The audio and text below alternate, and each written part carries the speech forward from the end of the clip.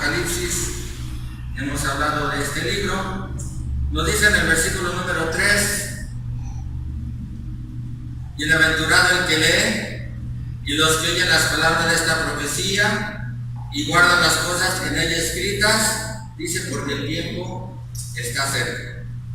El libro de Apocalipsis tiene 7 bienaventuranzas, ya las hemos visto alguna vez. Hoy vamos a ver 2, esta, que nos habla de que si nosotros leemos estas palabras, las oímos estas palabras y guardamos las palabras que aquí están escritas, seremos bienaventurados, porque el tiempo está cerca. Así que sin duda, estudiar Apocalipsis es algo que puede ser bueno para nuestra vida, puede ser algo que nos cause dicha y felicidad, el saber lo que Dios está haciendo, el saber que Dios tiene el control de todas las cosas, el saber lo que Dios está preparando para nosotros. Dice: bienaventurado, dichoso, feliz el que lee, los que oyen las palabras de esta profecía y guardan las cosas en ellas escritas, porque el tiempo está cerca. Y allá en Apocalipsis 20 se nos da otra bienaventuranza. Dice Apocalipsis 20, versículo número 6: bienaventurado y santo el que tiene parte en la primera resurrección. La segunda muerte no tiene potestad sobre estos, sino que serán sacerdotes de Dios y de Cristo y reinarán con él 1000 años. Así que el dicha y felicidad, dice aquí: bienaventurado y santo, feliz, dichoso el que tiene parte en la primera resurrección. Así que es importante tratar de entender estas cosas, es importante tratar de comprender lo que la palabra nos dice. Es bueno oír, es bueno leer, es bueno guardar las cosas que aquí están escritas. Hoy quisiera compartir con ustedes algunas cosas que tienen que ver con este pasaje de Apocalipsis 20, y que especialmente, si usted ya se dio cuenta, el título de este pasaje son los 1000 años, o lo que también se conoce como el milenio. Y ciertamente es un tema, ¿verdad?, que muchos hablan. Es un tema del cual quizás también es posible que usted no haya oído hablar, pero la Biblia nos habla de esto, de un periodo de 1000 años, que puede ser literal, en algunos casos algunos así lo interpretan, pero también puede ser figurado, en el sentido que para Dios un día es como 1000 años y 1000 años como un día. Entonces se puede referir a un periodo de efectivamente 1000 años, o se puede referir en el sentido literal, o se puede referir a un tiempo determinado, que no sabemos cuánto es, pero que se marca un cierto periodo de tiempo en ese sentido. Otra cosa interesante en cuanto a esto del milenio, de estos 1000 años, como introducción, es que hay diferencias de opinión en cuándo va a suceder.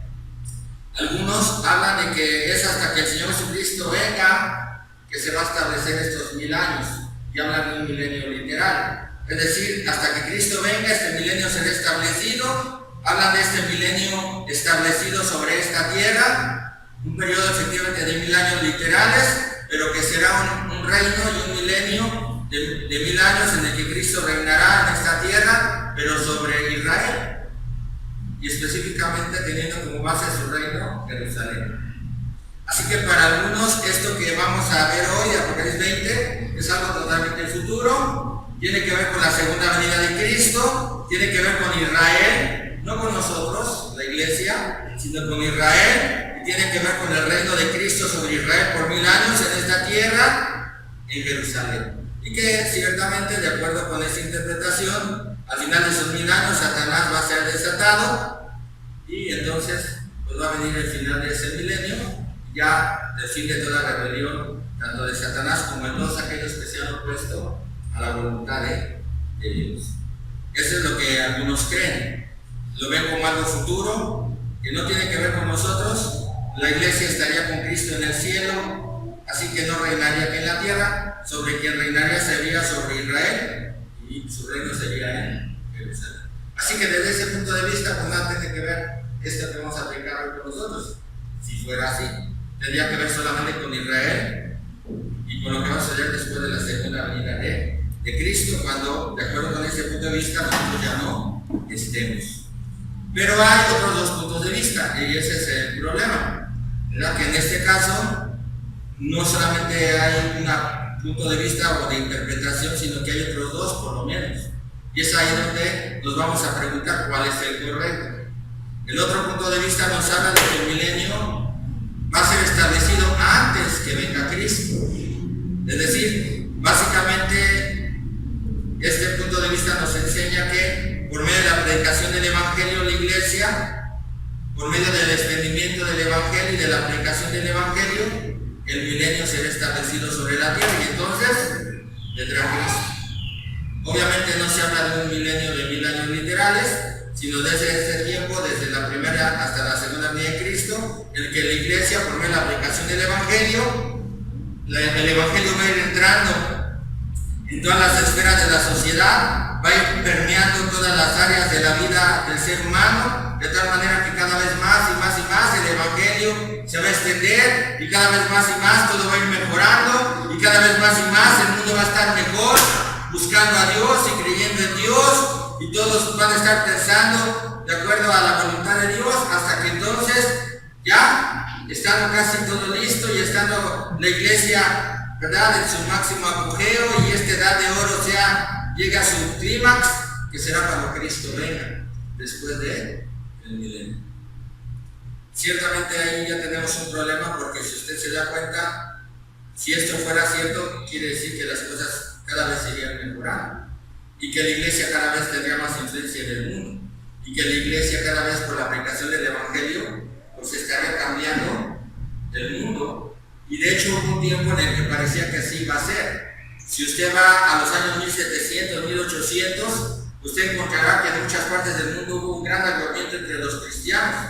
Y sí, se llegó a pensar en un momento dado en que la Iglesia podría cambiar el mundo. Pero hoy tristemente no vemos eso.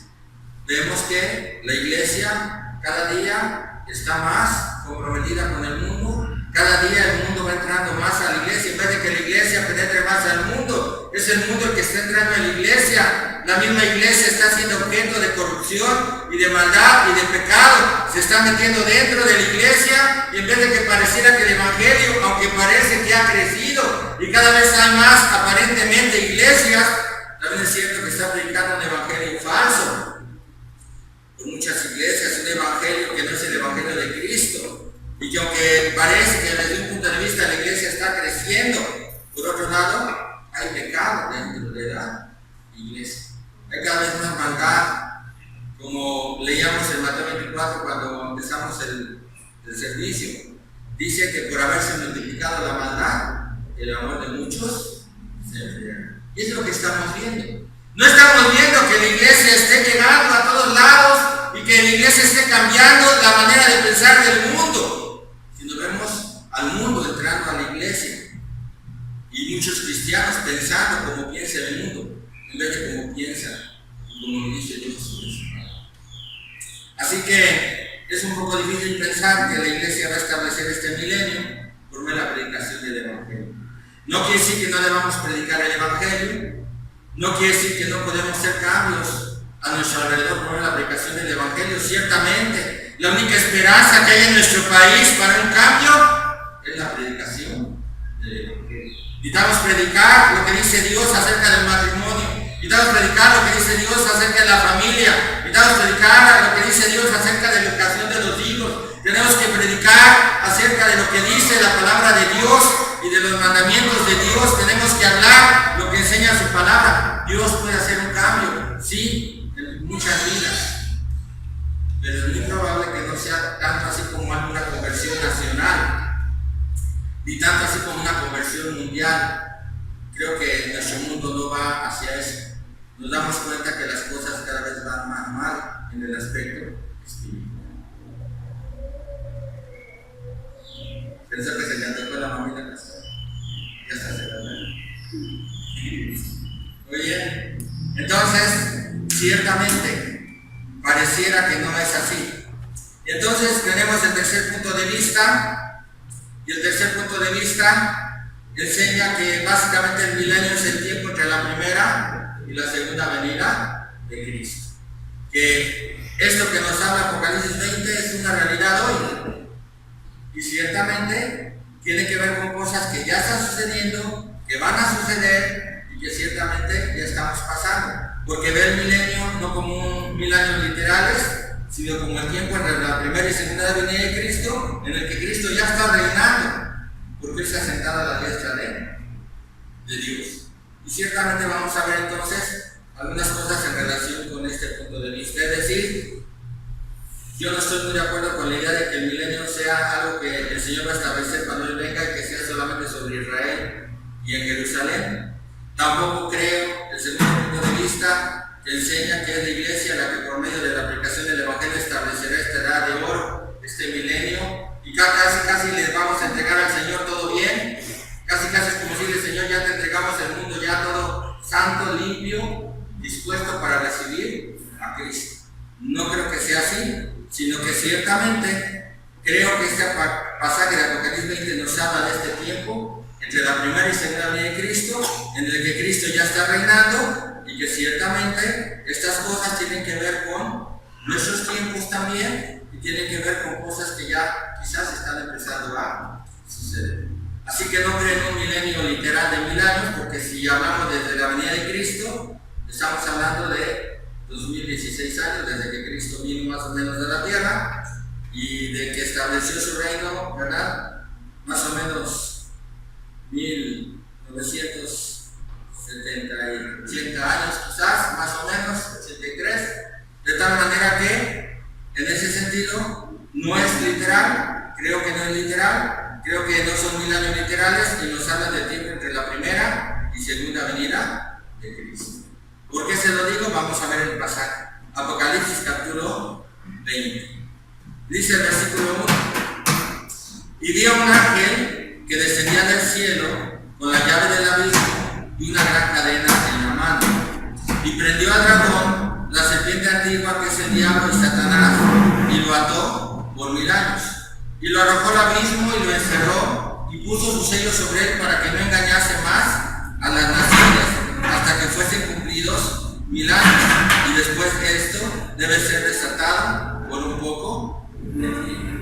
Lo primero que podemos notar en cuanto a este milenio, que no creemos que sea literal, ese es mi punto de vista, sino que es el tiempo entre la primera y segunda venida de Cristo, es que Satanás en este tiempo está atado, está restringido, no puede hacer todo lo que él quisiera hacer con toda libertad, y especialmente lo que no puede hacer, dice, para que no engañase más a las naciones. Cuando usted empieza a ver la historia y da una vuelta hacia la historia, hacia el pasado, se dará cuenta que todo el Antiguo Testamento es la historia de un pueblo que Dios escogió. Ese pueblo que Dios escogió es el pueblo de Israel. Y de ahí usted podrá ver que solamente algunos de otras naciones pudieron ser parte del pueblo de Israel. Tenemos a Rahab, tenemos a Ruth y algunos otros como Naamán, que de alguna manera conocieron a Dios por medio de Israel. Pero la mayoría de las naciones en el Antiguo Testamento estaban bajo el poder y el engaño de Satanás. Satanás tenía total autoridad, total poder sobre todas las naciones en la antigüedad. Él tenía a todas esas naciones esclavizadas, fuera de poder conocer de Dios, fuera de poder conocer la palabra de Dios, totalmente sin esperanza, totalmente alejados de Dios, engañándoles. Y los únicos que tenían un conocimiento de Dios era el pueblo de Israel. Podríamos decir que en el Antiguo Testamento, si alguien quería llegar a ser salvo, si alguien quería llegar a conocer realmente a Dios, tenía que llegar a ser israelita. Y fueron algunos pocos que llegaron a tener ese contacto con Israel, los que pudieron llegar al conocimiento del Dios verdadero. Fuera de eso, las naciones estaban en oscuridad, en tinieblas, endurecidas, engañadas por Satanás. Pero ¿qué sucede cuando viene el Señor Jesucristo? ¿Qué sucede cuando viene el Señor Jesucristo, da su vida en la cruz, resucita? Lo primero que dice al resucitar dice: toda potestad me es dada en el cielo y en la tierra, por tanto id y hacer discípulos a todas las naciones, bautizados en nombre del Padre, del Hijo y del Espíritu Santo, enseñados que guardan todas estas cosas, y aquí yo estoy con vosotros todos los días hasta el fin del mundo. Es a partir del momento en que el Señor Jesucristo muere, resucita y sube y se sienta a la derecha de Dios, que Él dice: tengo todo poder, autoridad, por lo tanto, los envío a predicar a todas las. Quiero decirle que usted y yo somos parte de esas naciones. Usted y yo, y todos nuestros antepasados, y todo el mundo estaba bajo el poder y potestad de Satanás. El único pueblo que era pueblo de Dios era el pueblo de Israel. Pero por medio de la predicación del Evangelio, el Señor Jesucristo, muriendo en la cruz, dice que Él triunfó sobre Satanás en la cruz. Y su triunfo no solamente tiene que ver con que Satanás ya asegura su condenación, sino que el triunfo de Cristo sobre la cruz también tiene que ver con que ya no puede engañar más a las naciones. Y por eso el Señor dice con toda autoridad, dice: toda potestad me da el cielo y la tierra, por tanto ir y hacer discípulos a todas las naciones. De tal manera que si usted y yo hemos conocido el Evangelio, es porque Satanás está atado por Dios, restringido por Dios. Y aun cuando Satanás muy probablemente trató de hacer todo lo posible porque usted siguiera en las tinieblas, y usted siguiera cegado, y usted siguiera perdido, Satanás no pudo hacer nada. Y Dios le libró de la potestad de las tinieblas. ¿Dónde dice eso en la Biblia? En Colosenses. Vamos a Colosenses capítulo 1.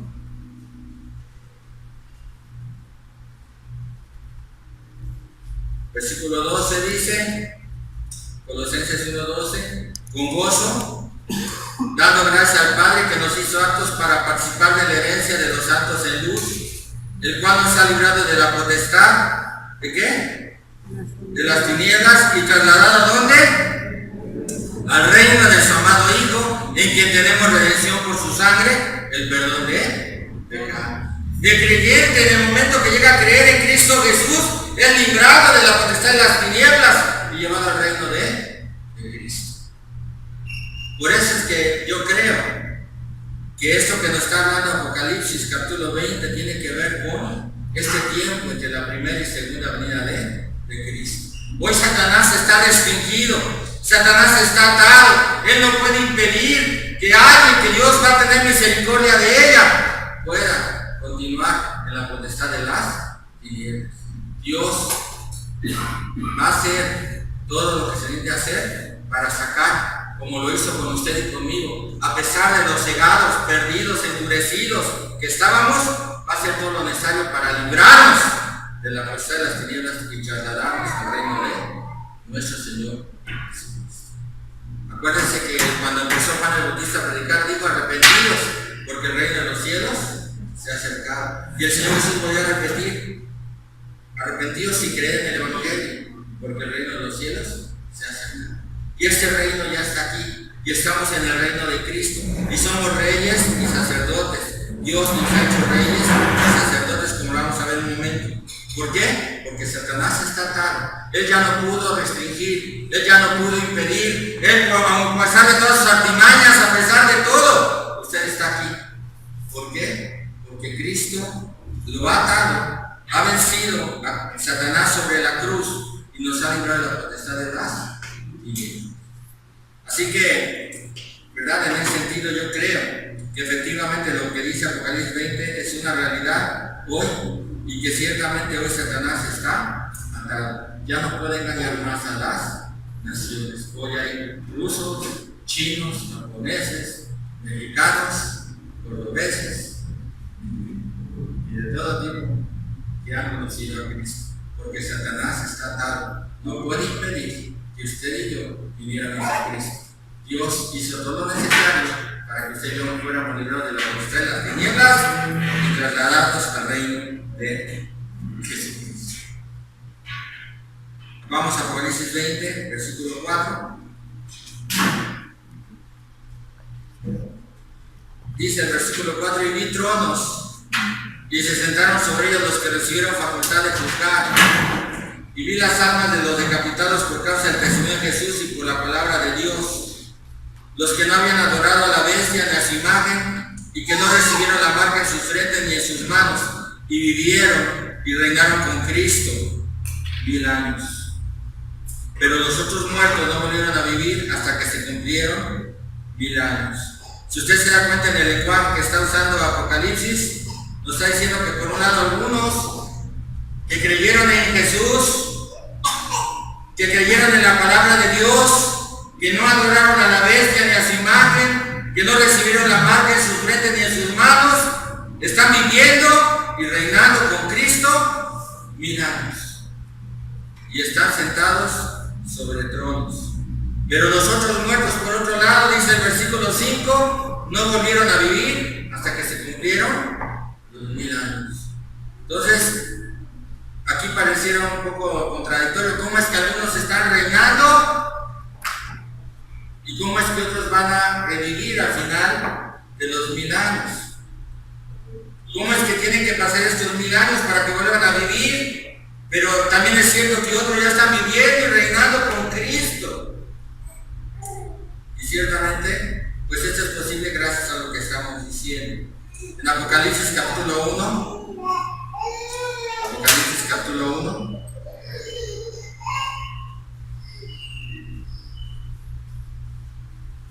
dice en el versículo 5, Apocalipsis 1:5 dice, y de Jesucristo, el testigo fiel, el primogénito de los muertos y el soberano de los reyes de la tierra, al que nos amó y nos lavó de nuestros pecados con su sangre, y nos hizo ¿qué? Reyes y sacerdotes para Dios su Padre. A él sea gloria e imperio por los siglos de los siglos. Amén. Usted y yo ya somos reyes y sacerdotes juntamente con Cristo. No se ve como algo futuro, se ve como una realidad hoy. Allí en Apocalipsis capítulo 20, versículo 6 dice, bienaventurado y santo el que tiene parte en la primera resurrección. La segunda muerte no tiene potestad sobre esto, sino que serán sacerdotes de Dios y de Cristo y reinarán con él 1000 años. Así que la Biblia nos enseña que todo aquel que es creyente en Cristo Jesús, que incluso podría llegar hasta morir porque habla de decapitados por causa de su fe, van a reinar, sea que estén vivos o sea que estén muertos, reinarán juntamente con Cristo, porque Él es rey, Él está reinando, y nosotros somos reyes y sacerdotes para Él. Allá en primera de Pedro, capítulo 2,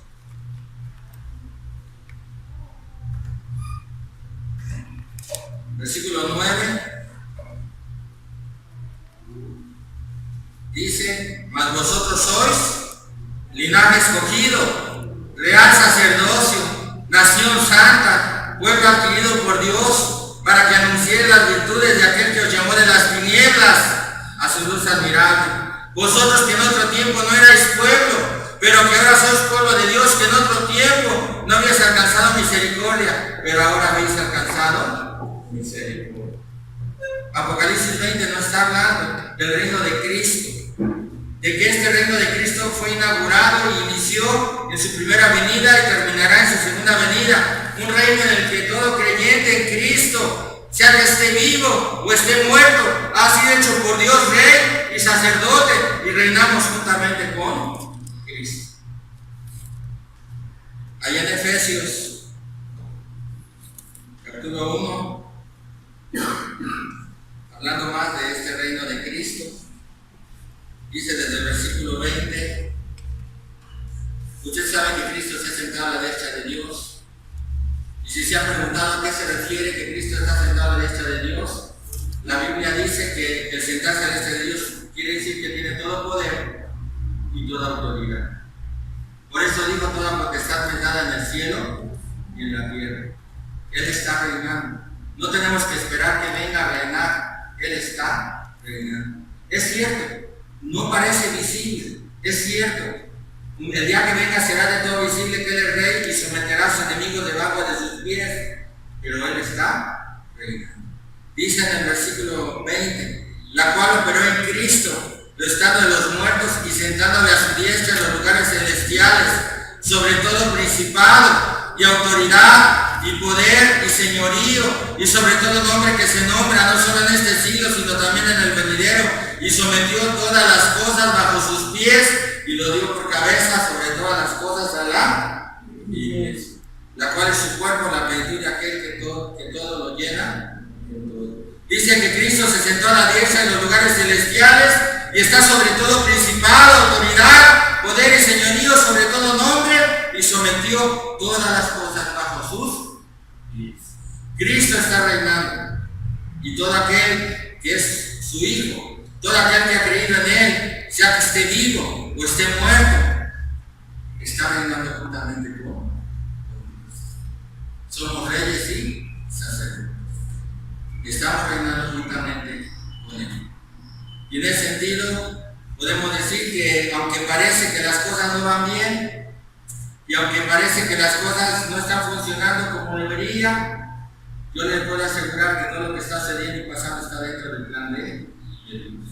Porque Dios reina, porque Cristo está reinando, porque Dios tiene el control de todas las cosas, y porque aún, si fuera el caso, algunos creyentes murieran por causa de su fe, como dice aquí en Apocalipsis 20, aún así, Él está reinando, y ellos están reinando juntamente con Él. Sea que estemos vivos o que estemos muertos, tenemos la certeza de estar con Cristo, tenemos la certeza de que Él es nuestro Rey y nosotros estamos reinando juntamente con Él.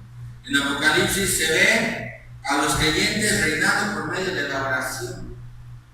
Y en ese sentido puedo decirle que el Señor Jesús, usted recordará cuando Él dice que todo lo que atemos en el cielo será atado en la tierra y todo lo que desatemos en el cielo se desatará en la tierra, y no habla de otra cosa más que de esa autoridad que tenemos, de tal manera que cuando un hijo de Dios se pone a orar, y un hijo de Dios clama y pide a Dios, Dios responde y hace su voluntad y lleva a cabo su obra, y entonces estamos reinando juntamente con Cristo. Sea que estemos vivos o los que ya han partido, todos estamos reinando juntamente con Cristo.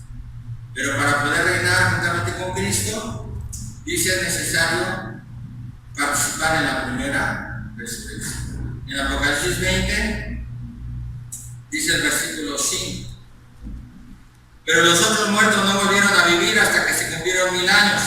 Esta es la primera resurrección. Ciertamente la palabra nos enseña que el día que Cristo venga va a haber una resurrección. ¿Y quiénes van a estar primero? Los creyentes. Los muertos en Cristo resucitarán primero. En ese sentido se habla muy probablemente en el versículo 5 de que cuando se acabe este tiempo, cuando llegue el fin de estos 1000 años, en un sentido simbólico, no literal, cuando llegue el momento en el que el Señor vaya a venir, ciertamente el día que Él venga, los muertos en Cristo resucitarán primero. Los creyentes participarán de la primera resurrección. Pero es muy probable que en el versículo 6 se hable de la primera resurrección en otro sentido. Dice el versículo 6: bienaventurado y santo el que tiene parte en la primera resurrección. La segunda muerte no tiene potestad sobre estos, sino que serán sacerdotes de Dios y de Cristo y reinarán con Él 1000 años. Entonces está hablando, pareciera en dos sentidos, y volvemos otra vez a eso. Por un lado está hablando de los que están muertos, pero que están reinando ya con Cristo, y que efectivamente cuando los 1000 años se cumplan resucitarán, porque los muertos en Cristo resucitarán primero. Pero también está hablando de los que estamos vivos, de los que estamos hoy aquí, y que también estamos en estos 1000 años y estamos reinando con Él aquí. Mientras que estamos aquí somos reyes sacerdotes y estamos reinando con Él, pero para que eso sea posible necesitamos haber ya resucitado también de la muerte, cuando al final, cuando Cristo venga, los muertos en Cristo resuciten primero. Pero la resurrección de la que habla en el versículo 6, donde somos dichosos y santos y apartados, porque eso quiere decir la palabra santo, apartados para Dios y felices, los que tienen parte en la primera resurrección. Dice: la segunda muerte no tiene potestad sobre estos, sino que serán sacerdotes de Dios y de Cristo y reinarán con Él. La segunda muerte no tiene potestad sobre estos, es la muerte espiritual, la muerte eterna. Es decir, nuestro hermano Eliud, para que se despierte bien, nuestro hermano Eliud, lamento decirle que es posible que se muera físicamente, que el Señor no venga y le toque partir antes y muera. Esa es la primera muerte. muy probablemente aunque sea cristiano la va a tener que pasar. Es la muerte primera, es la muerte física. Pero gracias a Dios, porque si el hermano Eliú resucitó en la primera resurrección, no pasará por la segunda muerte, que es la separación eterna de Dios por toda la eternidad. Y en ese sentido no importa si morimos en la primera muerte, no importa si llega a morir el cristiano, si muere, va con Cristo, lo cual dice Pablo es muchísimo mejor. Pero seremos bienaventurados y dichosos, porque la segunda muerte, que sería el ser lanzados al lago de fuego y azufre, al infierno, no tiene potestad sobre nosotros si hemos sido resucitados en la primera resurrección. Así que debe de haber habido un momento en que nuestro hermano Eliú tiene que haber resucitado, ¿verdad?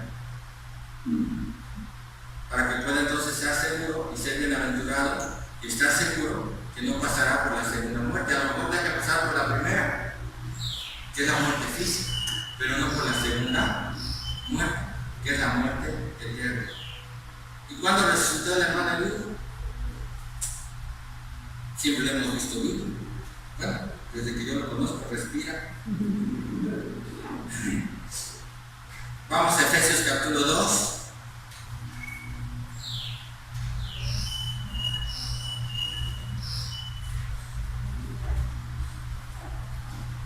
Efesios capítulo 2.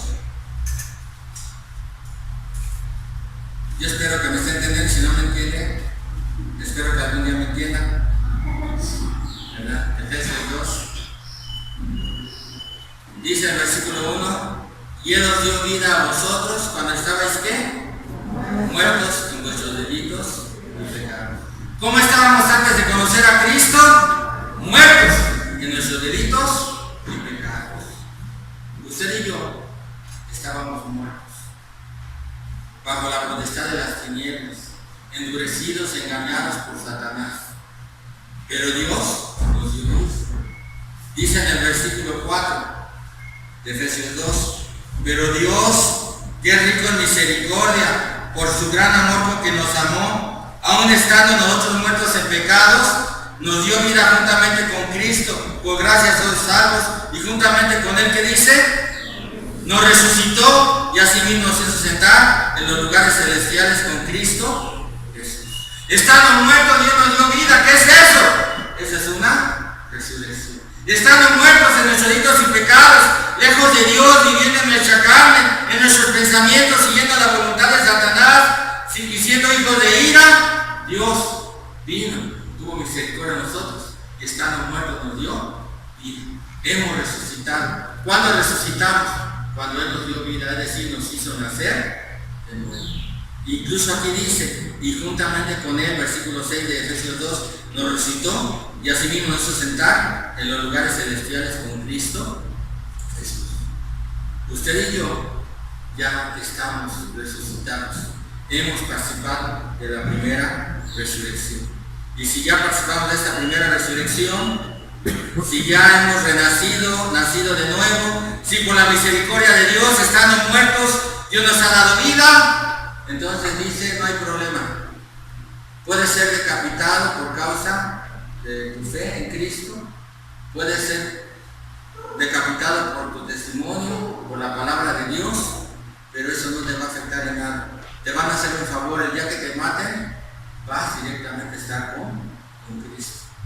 No hay problema. La muerte física no es problema para el creyente, ya no es un problema. Pero ciertamente, si realmente somos cristianos, no pasaremos por la segunda muerte. Jamás seremos separados de la presencia de Él. Volvemos a Apocalipsis 20, versículo 6, dice: bienaventurado y santo el que tiene parte en la primera resurrección, que ha nacido de nuevo, que Dios le ha dado vida estando muerto en sus delitos y pecados. Porque dice: la segunda muerte no tiene potestad sobre estos, sino que serán sacerdotes de Dios y de Cristo y reinarán con Él. La segunda muerte ya no tiene potestad sobre estos. Y esto es algo que tenemos que compartir. Si alguien quiere tener la seguridad de estar un día con Cristo, necesita nacer de nuevo. necesita ser resucitado. Necesita darse cuenta que está muerto en sus delitos y pecados. Necesita darse cuenta de la condición en la que se encuentra. Necesita clamar por la misericordia de Dios para que Dios haga a esta persona nacer de nuevo y pueda ser bienaventurado y santo, y la segunda muerte no tenga potestad sobre él, y pueda ser sacerdote y rey y reinará con Cristo por 1000 años. Así que estos versículos podemos aprender que el Señor tiene el control de todas las cosas, que Él está reinando, que Él está reinando especialmente a través y en nosotros, que a través de nuestra oración nosotros estamos juntamente reinando con Cristo, porque hay muchas cosas que le estamos pidiendo a Dios. Hace rato en las peticiones pedimos cosas a Dios y Dios puede contestar, y si Dios contesta, entonces Él es respuesta a su oración. Así que Él está reinando, pero juntamente con nosotros. Nosotros tenemos el privilegio de reinar juntamente con Cristo. Pero estos 1000 años se van a acabar. Es decir, este tiempo en que la primera y segunda venida de Cristo se va a terminar. Y quisiera que fuéramos al versículo 7 de Apocalipsis 20 para ver dos últimas cosas.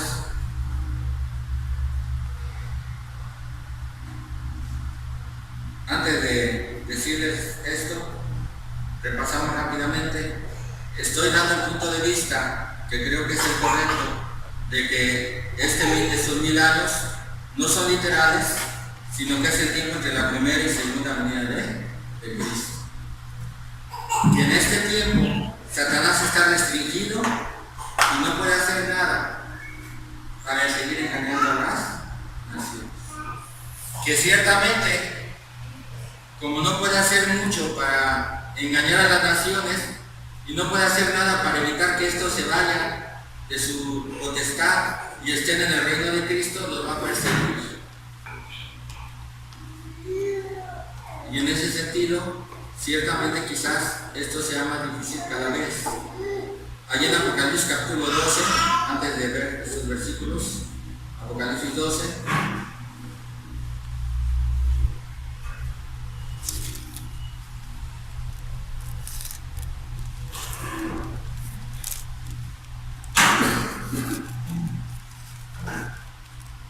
Apocalipsis capítulo 12,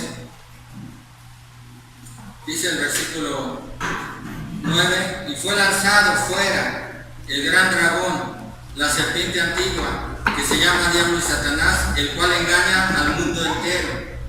Fue arrojado a la tierra y sus ángeles fueron arrojados con él. Si usted se da cuenta de lo que dice Apocalipsis 12, está hablando del nacimiento de Cristo en los versículos anteriores. Y entonces dice en el versículo 12: por lo cual alegraos cielos y los que moráis en ellos, ay de los moradores de la tierra y del mar, porque el diablo ha descendido a vosotros con gran ira, sabiendo que tiene poco tiempo. Y cuando vio el dragón que había arrojado a la tierra, persiguió a la mujer que había dado luz al hijo varón, y se le dieron a la mujer las 2 alas de la gran águila para que volase delante de la serpiente al desierto, a su lugar donde es sustentada por un tiempo y tiempos y la mitad de un tiempo. Y la serpiente arrojó de su boca tras la mujer agua como un río para que fuese arrastrada por el río. Pero la tierra ayudó a la mujer, por la tierra abrió su boca y tragó al río que el dragón había echado de su boca. Y dice el 17: entonces el dragón se llenó de ira contra la mujer y se fue a hacer ¿qué? Guerra contra el resto de la descendencia de ella, los que guardan los mandamientos de Dios y tienen el testimonio de Jesucristo.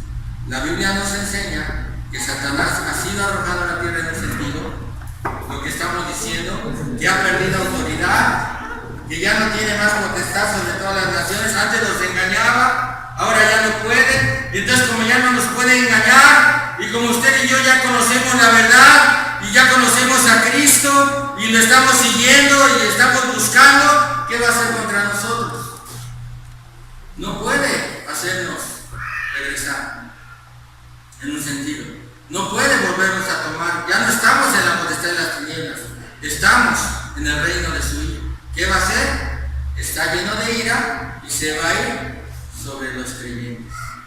Así que no nos extrañe que conforme pase el tiempo, y de hecho lo hemos visto a lo largo de la historia, Satanás lo único que puede hacer en su desesperación, porque se le están yendo de sus manos miles y miles de hijos de Dios que Dios está sacando, libertando de la potestad de las tinieblas y llevando al reino de su Hijo, lo único que Satanás puede hacer es perseguirlos y tratar de dañarlos y de matarlos, porque tiene gran ira y tiene poco tiempo para hacer esto.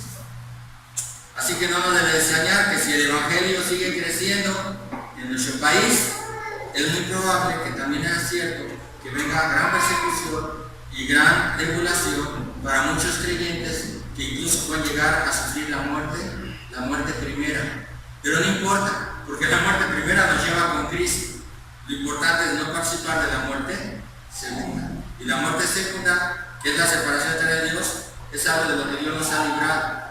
¿Verdad? ¿Por qué? Porque Él la tenemos con nosotros. Y Él nos hizo nacer, Él nos dio vida. Él nos resucitó. Así que en un sentido podemos pensar que en estos últimos tiempos, algo que va a ser muy probablemente una característica de estos tiempos va a ser la persecución contra los hijos de Dios. Y la estamos empezando a sufrir quizás un poco más ahora. Ahora que el mundo se ha radicalizado y el mundo está poniendo sus pensamientos y está poniendo sus leyes contra Dios, leyes contra los mandamientos de Dios, leyes que van en contra totalmente de la palabra de Dios. Los hijos de Dios no se pueden quedar callados, tienen que decir la verdad. Y yo lo decía en la mañana, por ejemplo, si llegara aquí un homosexual a la iglesia, yo le daría la bienvenida, ¿verdad? Le daría la mano, le compartiría del Evangelio, trataría de ayudarlo a dejar su pecado, trataría de ayudarlo a entregar su vida a Cristo. No lo voy a rechazar, no lo voy a golpear, no lo voy a maltratar, no lo voy a maldecir, no lo voy a correr de la iglesia, no. Tenemos que compartir del Evangelio, tenemos que amarle, pero eso no implica que no vamos a decir su pecado, y no implica que tenemos que decirle la verdad de la palabra de Dios. Y ahorita hay mucha gente que ya está empezando a odiar a los cristianos, y si usted se pone a pensar, no es por culpa de nosotros, porque a fin de cuentas yo no soy el que dice que la homosexualidad es pecado. ¿Quién lo dice es Dios? Y entonces, por causa de la palabra de Dios, por causa de nuestro segundo como cristianos, quizás nos empiecen a agredir, maltratar, dañar, y todo esto, porque ya no estamos bajo la potestad de las tinieblas. Y como Satanás no pudo hacer nada contra Cristo, lo que acabamos de leer en Apocalipsis 12 tiene que ver con eso. Como no pudo hacer nada contra Cristo, y no pudo hacer nada contra otros, se va contra su descendencia, es decir, los creyentes, personalmente, la iglesia.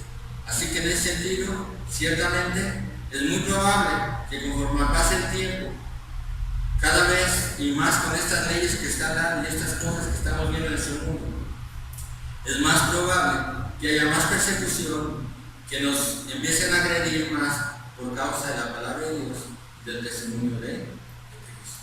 Porque no podemos dejar de callar y decir lo que dice la palabra de Dios. Pero viene otro problema también, eso es en cuanto a nosotros, pero viene el versículo 7 de Apocalipsis 20. Dice, cuando los 1000 años se cumplan, ¿qué dice? Satanás será suelto de su prisión y saldrá a engañar a las naciones que están en los 4 ángulos de la tierra, a Gog y Magog, a fin de reunirlos para la batalla, el número de los cuales es como la arena del mar. Y subieron sobre el ancho de la tierra y rodearon el campamento de los santos y la ciudad amada. Nos dice Apocalipsis 20, y si el punto de vista que le estoy compartiendo es el correcto, creo que es el que está de acuerdo con la palabra de Dios, pero como hay diferentes puntos de vista, bueno, tenemos que aclararlo. Quizás nadie sabe con exactitud todo lo que va a suceder, pasar o acontecer, pero si de acuerdo con este punto de vista que le estoy compartiendo es cierto, entonces estamos en espera. No solamente que Satanás, en su impotencia, por estar perdiendo a gente que está bajo su potestad y que Dios esté rescatando y salvando, se va a ir con gran ira sobre ellos a buscar destruirles y perseguirles y atribularles. sino que también es cierto que va a ser suelto. Y si va a ser suelto, dice, es para salir a engañar a las naciones. ¿Y qué engaño más grande? Fíjese qué engaño más grande que Satanás pueda lograr. No solamente que la gente se endurezca su corazón, no solamente lograr que la gente se oponga a Dios, no solamente lograr que la gente no quiera nada de Dios, sino que hasta se rebele contra Dios y sea capaz de unir a todo el mundo para oponerse a. Estamos hablando de la posibilidad de que cuando Satanás sea suelto, y yo no sé si ya se soltó, lo estoy pensando, por eso quise compartir esto con usted. A veces como que se nos olvida que Dios está llevando a cabo su plan. Se nos olvida, porque vivimos en nuestro trabajo, en nuestras cosas, en nuestro mundo, y se nos olvida que Dios tiene un plan. Se nos olvida que todo lo que está sucediendo en el mundo está en base a lo que dice la palabra de Dios. Se nos olvida que el Señor viene y es necesario recordar estas cosas, porque nos metemos en nuestros afanes, en nuestras cosas y se nos olvida. Vemos tantas cosas hermosas, nuestros hijos, nuestros nietos, nuestra esposa, nuestro trabajo, tantas bendiciones materiales. Se nos olvida que todo esto es pasajero. Se nos olvida que el plan de Dios se está llevando a cabo. Se nos olvida que es posible que Satanás esté suelto. ¿Por qué le digo esto? Pues vea lo que está sucediendo. Estamos hablando de que Satanás está pudiendo mover ahorita ya a gobiernos enteros, hacer leyes en contra de lo que dice la palabra de Dios. ¿Cuándo habíamos visto eso? ¿Cuándo habíamos visto que un país completo diera leyes en contra de la palabra de Dios? ¿Cómo puede ser posible? El presidente Enrique Peña Nieto hace algunas semanas recibió a varios homosexuales en Los Pinos y muchos celebraron este gran hecho histórico y el mundo lo celebró. Hace unos días fue el festival que se celebra el Día de los Homosexuales y la gente salió como nunca. Antes era algo vergonzoso decir que era un homosexual. Hasta bromeando decíamos, ¿te da miedo salir del closet? Hoy no solamente han salido del closet, salieron de la casa, salieron a las calles, están en todos lados. Y entonces yo me pregunto, ¿qué es eso? Sino un endurecimiento tal que puede llevar no solamente a uno, a miles. Estamos hablando de miles de personas en el mundo que están celebrando la homosexualidad. Algo que va en contra totalmente de la palabra de Dios.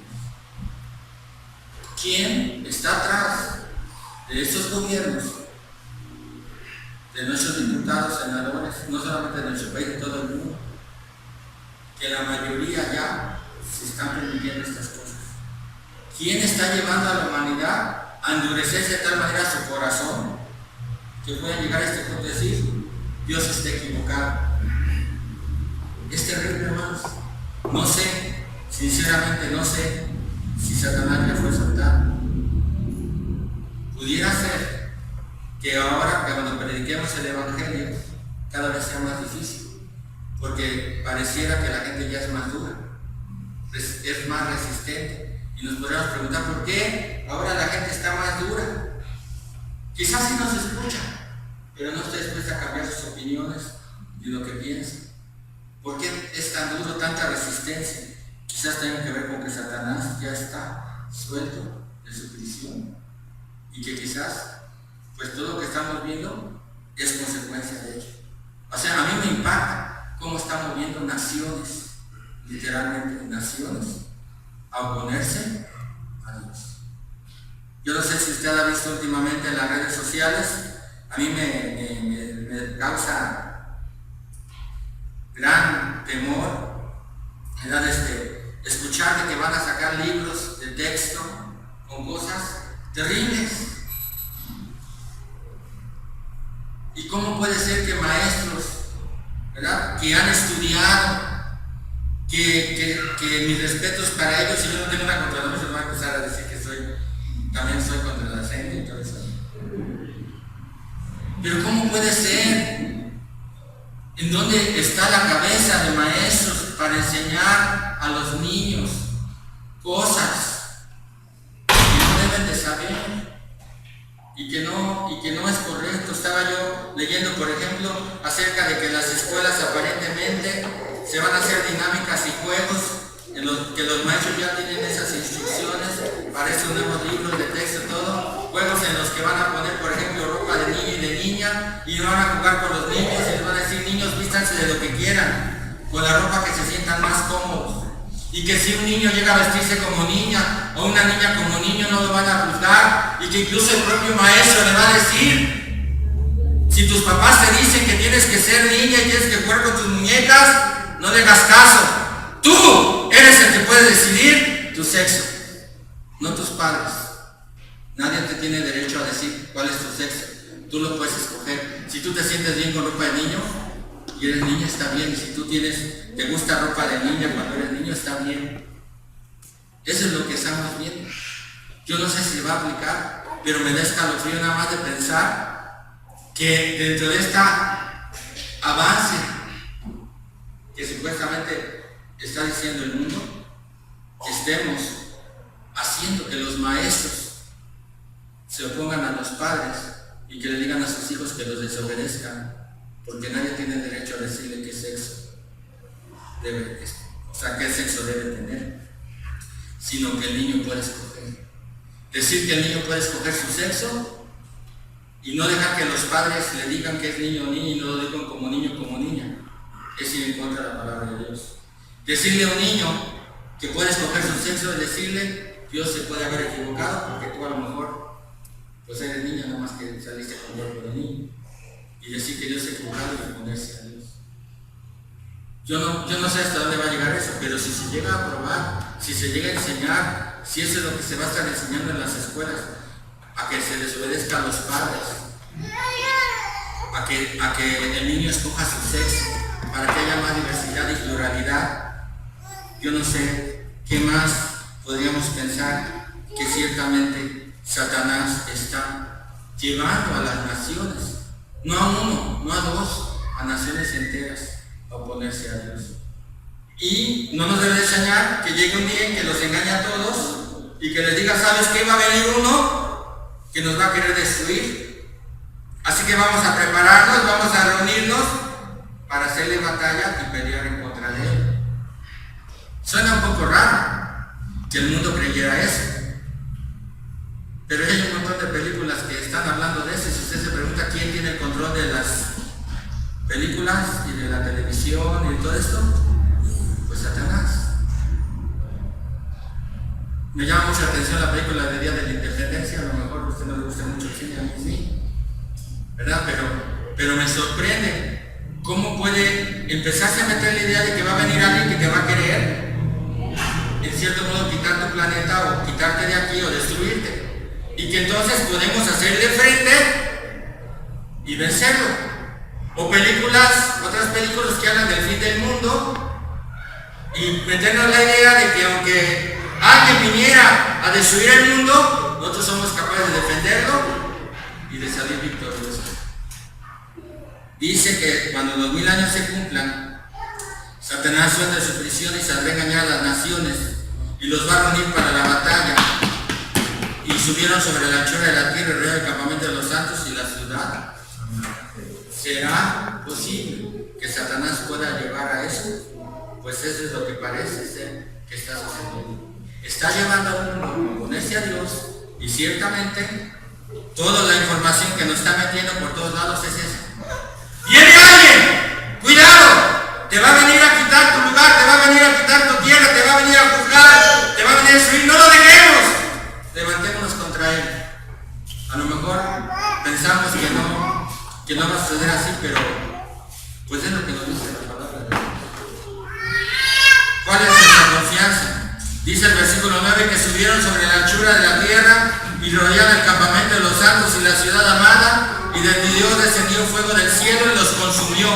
Y el diablo que los engañaba fue lanzado al lago de fuego y azufre, donde estaba la bestia y el falso profeta, y serán atormentados día y noche por los siglos de los siglos. Satanás podrá llegar a ese punto de unir a toda la humanidad en contra de Dios, pero aún así Dios va a vencer. Y eso es lo que nosotros tenemos que saber. Dios va a acabar con el mal, Dios va a acabar con el pecado, Dios va a acabar con Satanás. Quizás le permita lo que estamos viendo, pero Dios tiene un plan, lo está llevando a cabo, Él está en control. ¿Qué tenemos que hacer nosotros? Necesitamos seguir adelante. Dos pasajes más para terminar. Mateo 24, en el que leímos al principio.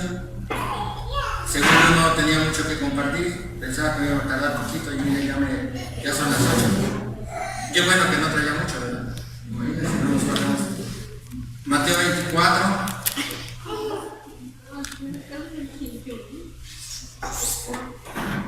Mateo 24 dice, versículo 9: entonces os entregarán a tribulación y os matarán, y seréis aborrecidos de todas las gentes por causa de mi nombre. Muchos tropezarán entonces, y se entregarán unos a otros, y unos a otros se aborrecerán. Y muchos falsos profetas se levantarán y engañarán a muchos. Y por haberse multiplicado la maldad, el amor de muchos se enfriará. Creo que estas cosas están sucediendo. Y entonces, ¿qué tenemos que hacer? Dice el 13: mas el que persevere hasta el fin, este será salvo. Yo quisiera animarle a perseverar hasta el final. Ciertamente la salvación sabemos que no depende de nosotros, depende de Dios, pero ciertamente es muy importante que yo entienda que la manera que se va a demostrar que yo realmente soy su hijo es que yo llegue hasta el final, que sea fiel, que persevere hasta el final. Las cosas se pueden poner difíciles, quizás haya tribulación, quizás algunos sean muertos, sean aborrecidos. Si Satanás va a ser suelto, y si ya está siendo suelto, esto es muy probable que suceda, y nos empiecen a perseguir y a tribular más. Y también es cierto que habrá más falsas doctrinas, falsas enseñanzas, y también es cierto que muchos tropezarán, y también es cierto que muchos, por haberse multiplicado la maldad, su amor se va a enfriar. ¿Y quién va a llegar hasta el fin? Dice: el que persevera hasta el fin, este será salvo. Allí en Lucas 18, para terminar, el Señor hace una pregunta, versículo, que pedía a Dios justicia, y que tarde o temprano Dios le hizo justicia. Y dice el Señor, versículo 6: y dijo el Señor, oíd lo que dijo el juez injusto. Lucas 18, 7: ¿y acaso Dios no hará justicia a los escogidos que claman a Él día y noche? ¿Se tardará en responderles? Dios no dejará de hacer justicia. Dice el 8: sin embargo, os digo que pronto les hará justicia, pero cuando venga el Hijo del Hombre, dice, la pregunta, ¿hallará fe en la tierra? ¿Hallará creyentes fieles? ¿Hallará a creyentes perseverando hasta el final? Pues creo que las cosas nos hablan de que los tiempos están peligrosos, los tiempos están difíciles. Cuidémonos porque podemos tropezar. El propósito de compartirle esto es que abramos nuestros ojos. Estamos viviendo tiempos muy difíciles. Yo no sé si estas cosas ya se están cumpliendo, pero estamos viendo algo tremendo. Y más que nunca hoy usted necesita abrir sus ojos, clamar a Dios y pedirle ayuda, orar por sus hijos, orar por su familia. Que el Señor nos ayude a ser fieles, a que no tropecemos, a que si viene persecución o tribulación sobre nuestras vidas, estemos dispuestos a sufrir, a padecer, que estemos dispuestos a seguir hasta el final, porque el día que Él venga, la pregunta es: ¿hallará fe en la tierra? ¿Hallará gente fiel buscando a Dios? Estoy convencido, hermanos, que es posible que, aunque la iglesia está creciendo y aunque hay gente nueva y gente que está conociendo a Cristo, es posible que conforme pase el tiempo y se acerque la hora del Señor, sean más pocos los que lleguen a creer. La gente se está endureciendo, la gente realmente no quiere saber de Dios. Puede ser muy religioso, pero no quiere saber de Dios. Y es muy probable que llegue un momento en que en vez de crecer, podemos empezar a faltar por muchas cosas, porque algunos tropiezan, porque algunos ciertamente sean perseguidos, atribulados, pero pues necesitamos tener cuidado con falsas doctrinas, de enseñanzas. ¿Qué es lo que Dios quiere de ustedes y mí? Que seamos fieles. Que Dios nos ayude, hermanos. Nos está tocando vivir quizás las últimas generaciones en este planeta. No me puedo imaginar las generaciones futuras, ¿verdad? Si hoy los niños ya mandan a los papás, en vez de los papás mandar a los niños, esos niños cuando lleguen a ser papás, ¿qué van a hacer? No me puedo imaginar qué pasará con la siguiente generación. Es tremendo. Que Dios nos ayude. Necesitamos orar, necesitamos perseverar, necesitamos ser fieles. Vamos a orar. Padre, al ver tu palabra nos damos cuenta que tú tienes un plan y lo estás llevando a cabo.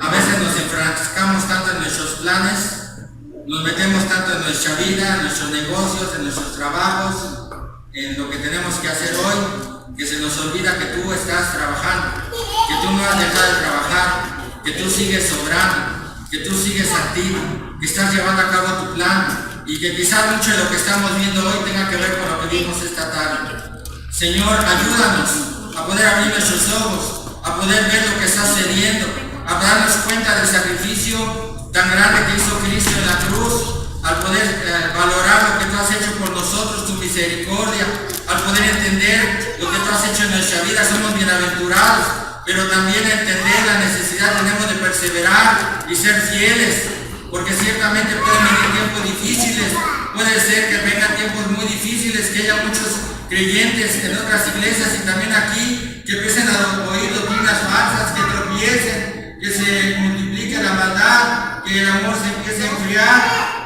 Señor, ayúdanos a perseverar, ayúdanos a ser fieles. Padre, bendice a nuestros hijos, bendice a los nietos, bendice a nuestras familias, a nuestros padres, bendice a nuestros hermanos, a nuestros primos, sobrinos, bendícelos, Señor, y ayúdanos a llevarles el mensaje del Evangelio. Sabemos que quizás no podemos cambiar el mundo, porque el mundo cada vez está peor, pero sí podemos cambiar aquello que tú quieras que cambiemos, sobre todo a nuestro alrededor. Ayúdanos a ser fieles en compartir el Evangelio. Nos ponemos en tus manos. Gracias por este tiempo. Bendice tu iglesia. Abre nuestros ojos, abre nuestro entendimiento. Rétanos, muévenos, Señor, a ser fieles hasta el final. Nos ponemos en tus manos. Gracias te damos. En nombre de Cristo Jesús. Amén.